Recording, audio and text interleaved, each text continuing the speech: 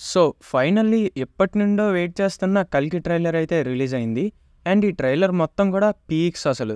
CJI అన్నీ కూడా on point ఉన్నాయి. అండ్ ఈ ట్రైలర్‌ని చూసిన తర్వాత కొన్ని పాయింట్స్ అయితే క్లియర్ అయ్యాయి. అవేంటి అని ఈ వీడియోలో ఎక్స్‌ప్లెయిన్ చేయడానికి ట్రై చేస్తాను. జాగ్రత్తగా వినండి. నెంబర్ 1, ఈ మూవీ కాశీ సిటీ నుండి స్టార్ట్ అవుతుంది. అంటే దానికి రీజన్ ఈ కలియుగం లాస్ట్‌లో ఈ కాశీ సిటీ మాత్రమే మిగులుతుంది కనుక.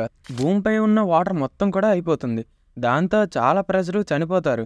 అండ్ ఇక్కడ మనం చూడొచ్చు, చనిపోయిన వాళ్ళని ఇన్స్టెంట్ క్రిమేషన్ కోసం ఒక ప్లేస్ని కూడా ఉంచారు. ఇప్పుడు ఎలా అయితే చనిపోయిన వాళ్ళని కాశీలో దహన సంస్కారాలు చేస్తారో, అప్పుడు కూడా సేమ్ ఇలానే గంగ ఎండిపోయిన తర్వాత కూడా కాశీ సిటీలోకి తీసుకువెళ్ళే క్రిమేషన్స్ని చేస్తున్నట్లు ఉన్నారు. అండ్ ఈ ప్లేస్లో మాత్రమే నీరు ఉండటంతో ప్రపంచంలో ఉన్న ప్రజలందరూ కూడా వాటర్ కోసం కాశీ సిటీకి వస్తూ ఉంటారు.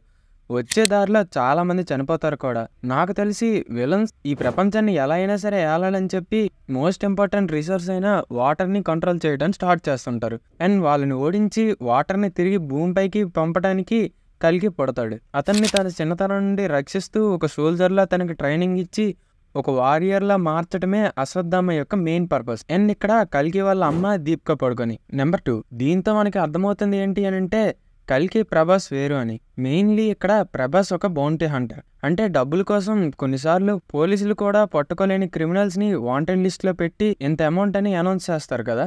అలాంటి వాళ్ళని పట్టుకొని పోలీసులకి తిరిగి అప్పగించడం లేదా హైర్ అథారిటీస్కి అప్పగించిన వాళ్ళనే ఈ బౌంటీ హంటర్స్ అని అంటారు. అండ్ ఇదే వాళ్ళ యొక్క మెయిన్ పని. ఇంకా ఇందులో భైరవ మామూలు బౌంటీ హంటర్ కాదు.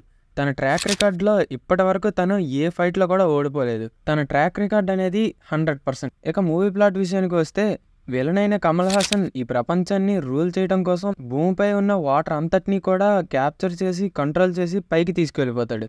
అండ్ తనని ఆపడం కోసం ఈ ప్రపంచంలో ఏ పవర్ కూడా సరిపోదు. తనని ఆపడానికి కేవలం ఒక్క పవర్ మాత్రమే ఉంటుంది. అండ్ తన లక్ ఏంటి అంటే దాన్ని last time 6000 years back use చేయడం చూశారు. అంటే ఇప్పటి నుంచి మహాభారతం జరిగే టైంలో చూశారు. అలా అని చెప్పి తను చాలా రిలాక్స్డ్గా ఉంటారు.